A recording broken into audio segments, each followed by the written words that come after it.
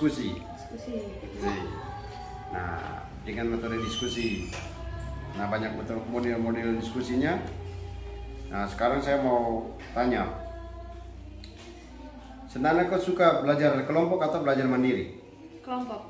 Oke, kamu suka belajar kelompok. Kenapa sampai kau senang belajar kelompok? Sebab dengan belajar kelompok antara satu dan lain dapat berbagi ilmu pengetahuan yang mereka tahu dan yang tidak tahu tuh bisa tahu. Lalu apa namanya?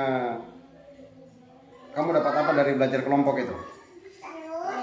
Dapat bekerja sama antara satu dan lain dan saling menghargai juga. Ada yang tidak tahu itu bisa tahu dari mereka. Terus itu aja. Oh, iya.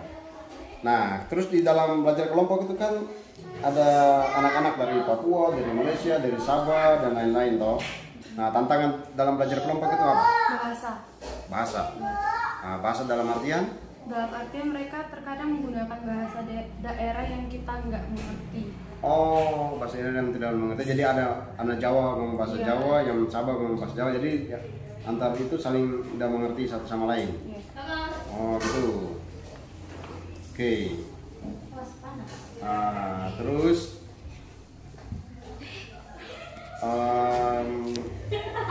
kalau dalam proses belajar kelompok itu kamu rasa terbantu apa enggak? Terbantu. Terbantu. Lalu apa yang membuat kamu merasa terbantu dalam belajar kelompok? Terbantu kalau seandainya ada bagian materi yang tidak saya ketahui dan saya minta tolong sama teman yang tahu, saya lebih mudah mengerti dan paham. Oh, begitu. Bisa bertanya juga dengan mereka, sehingga informasi yang bisa saya ketahui saya bisa pahami dengan baik-baik dan bisa pelajari juga. Oke, terus di dalam belajar kelompok itu kan ada yang tahu, ada yang kuasai materi, ada yang tidak kuasai materi. Nah, terus apa yang Anda buat dengan teman-teman yang lebih menguasai materi daripada Anda? Kan di dalam belajar kelompok itu kan pasti ada buku yang sudah tersedia dengan materi yang sudah yang saya pelajari dengan teman-teman. Jadi dengan buku itu saya ambil kesimpulan dengan materi yang sudah diajarkan, saya pelajari baik-baik, saya cari tahu sendiri, sehingga teman yang sudah tahu materinya itu saya bisa mencari tahu tentang apa yang seharusnya yang saya lakukan. Oke. Nah, lalu misalnya kalau dalam penjelasan kamu udah paham sesuatu tentang apa yang menjadi tugasmu, terkadang itu saya merasa sangat gimana ya? kamu tanya teman nggak? Iya, tanya teman. Oke, tanya pada. Oke. Terus bagaimana caranya kamu untuk menghadapi teman-teman yang belum paham materinya? Ya harus mengajar mereka lah, maksudnya kalau ada yang saya tahu, yang saya pahami, saya pasti bantu mereka dengan cara ajarkan yang semampu yang saya tahu. Oke. Lalu kalau belajar kelompok itu kan nanti guru itu dia kasih penilaiannya itu berdasarkan tugas dari masing-masing kelompok itu kan masing-masing anggota dalam kelompok. Nah itu kan nanti dikumpulkan toh. Nah setelah dikumpulkan akhirnya jadi satu, lalu kemudian jadi nilai finalnya itu berdasarkan poin-poin yang dikumpulkan dari setiap anggota. Kamu merasa puas nggak? Puas. Puas. Kenapa merasa puas? Karena dalam belajar kelompok itu kan pasti jika ada yang berkekurangan, ada yang tidak mampu untuk memahami, terus ada yang bisa menguasai materi itu, bisa sama-sama kayak memberikan keseimbangan antara satu dan lain, saling mengisi yang kekurangan juga, sehingga apa yang sudah dikerjakan itu bisa puas. Nah terus dalam belajar kelompok itu kan kelompok kan dibentuk oleh guru. Nah bagaimana kamu melihat suasana proses belajar mengajar dengan metode diskusi kelompok ini? Suasananya gimana? Apakah ribut ataukah Anda merasa terganggu ataukah enjoy atau bagaimana? Enjoy. Kenapa kamu enjoy? Tidak merasa terganggu karena dalam belajar kelompok itu kan merasa enjoy karena di antara mereka itu pasti belajarnya tuh pasti saling bertanya juga, terus saling bekerja sama juga. Jika ada soal yang sudah dibahas kita bisa bahas sama-sama, terus jika ada pelajaran atau materi yang kesulitan kita juga bisa bertanya sehingga enjoy dalam belajar diskusi. Oke. Kamu lihat jarak antara kelompok yang satu sama yang lain itu kira-kira jaraknya berapa? 1 meter, 2 meter? Nggak sampai 2 meter. Nggak sampai 2 meter. Tapi tidak merasa terganggu? Tidak. Oh ya, berarti tidak merasa terganggu. Apakah kamu aktif dalam kelompok? Aktif. Aktif. Lalu dalam diskusi kelompok itu kan setiap orang menyampaikan ide, menyampaikan gagasannya. Nah, bagaimana cara kamu menyampaikan gagasan? Jadi kalau mendengarkan gagasan yang sudah disampaikan mungkin ada yang tidak, maksudnya kayak kurang menyetujui. Jadi saya mengusulkan gagasan yang seharusnya semua orang bisa berpendapat, oh iya ini yang seharusnya bisa diambil dan diambil sebagai acuan untuk belajar diskusinya itu bisa berjalan dengan lancar dan tidak ada gangguan. Oke. Lalu kemudian, nah di dalam belajar kelompok itu kan ada anak-anak dari Papua, anak-anak dari Maluku, dari Sabah, Malaysia dan lain-lain. Terus ada Muslim, ada Kristen, ada Katolik dan lain-lain sebagainya toh. Nah, lalu bagaimana cara Anda bersosialisasi diri dengan teman-teman yang berbeda suku, agama, ras?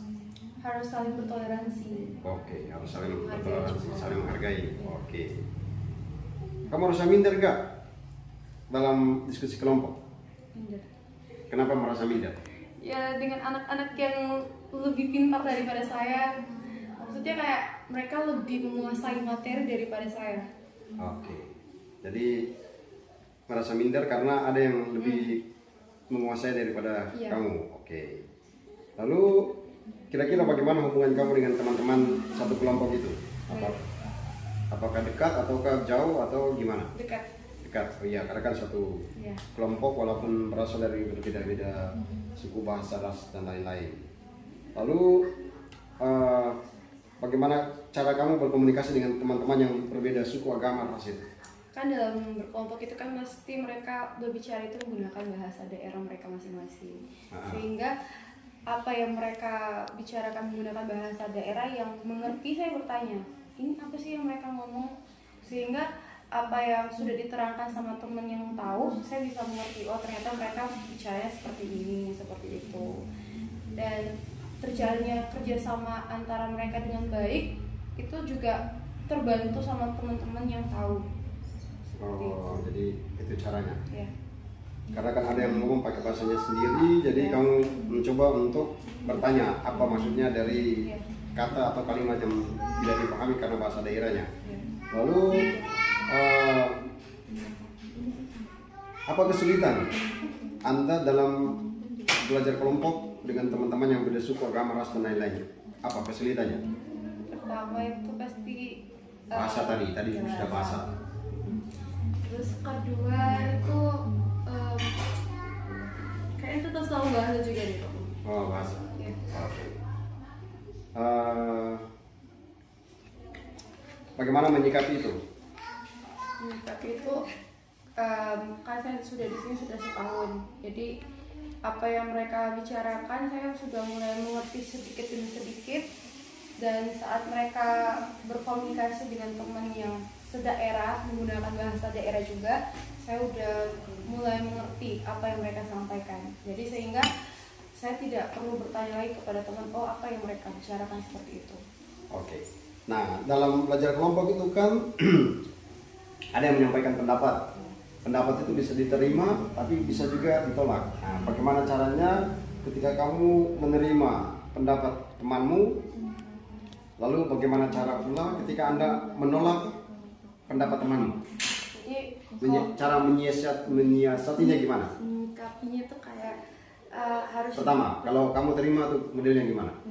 kalau terima berarti saya meyakinkan teman-teman kalau seandainya apa yang mereka sampaikan itu bisa digunakan baik juga.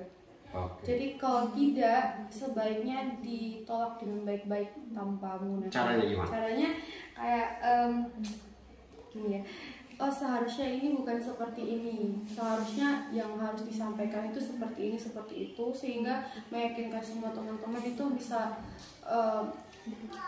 menyetujui apa yang sudah disampaikan.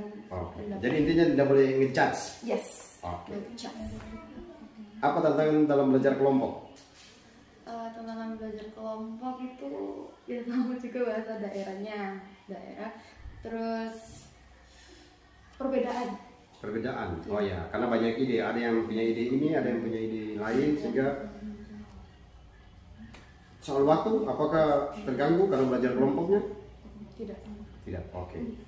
Lalu ini kan tentang skill. Tadi kan kamu sudah bilang kalau merasa terbantu dengan belajar kelompok. Apa yang Anda buat ketika Anda belum memahami materi? Belajar mandiri dulu terlebih dahulu. Belajar mandiri terlebih dahulu. Ya, belajar mandiri, terus membuat ringkasan dengan materi-materi yang sudah diajarkan oleh Bapak Ibu Guru, terus mencari informasi yang ada di internet, Google atau YouTube itu sebagai sebuah acuan yang bisa dipakai untuk belajar bersama teman-teman sehingga dapat terbantu. Oke. Terus apa namanya, dalam belajar kelompok itu kan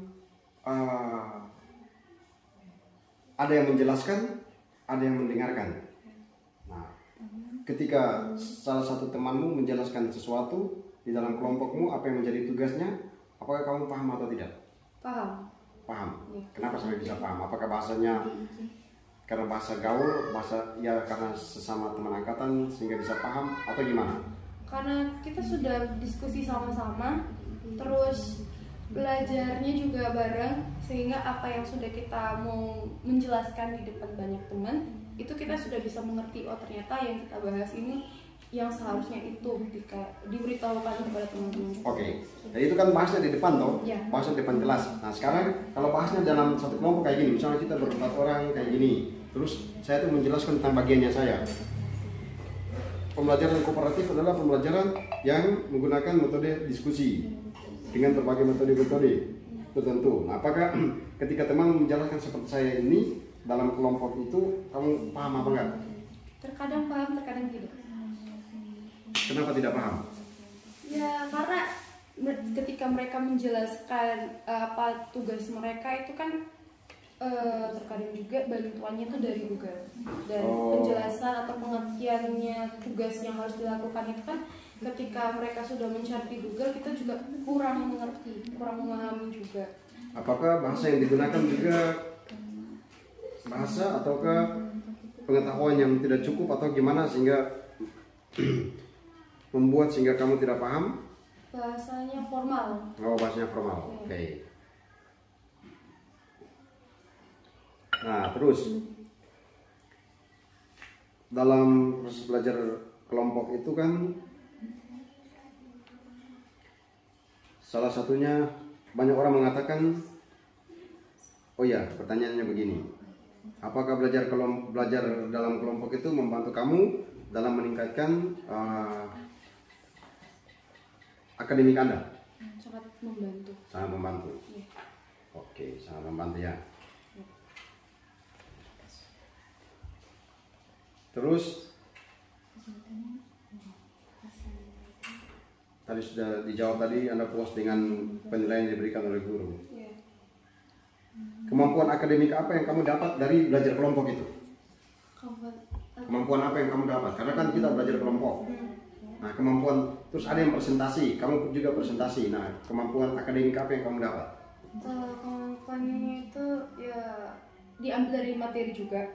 Maksudnya apa yang sudah diajarkan itu kan kita bisa ringkas, maksudnya bisa mencari inti-intinya yang seharusnya dipresentasikan di depan banyak orang. Oh, berarti itu kemampuan akademik yang dapat atau pengetahuan baru. Iya. Nah, terus kamu ngomong di depan, apakah kamu merasa terbantu? Berani tampil? Berani tampil, tapi terkadang bahasanya juga masih kurang lancar. Oh, kurang lancar. Iya. Oke. Terus itu kan di bagian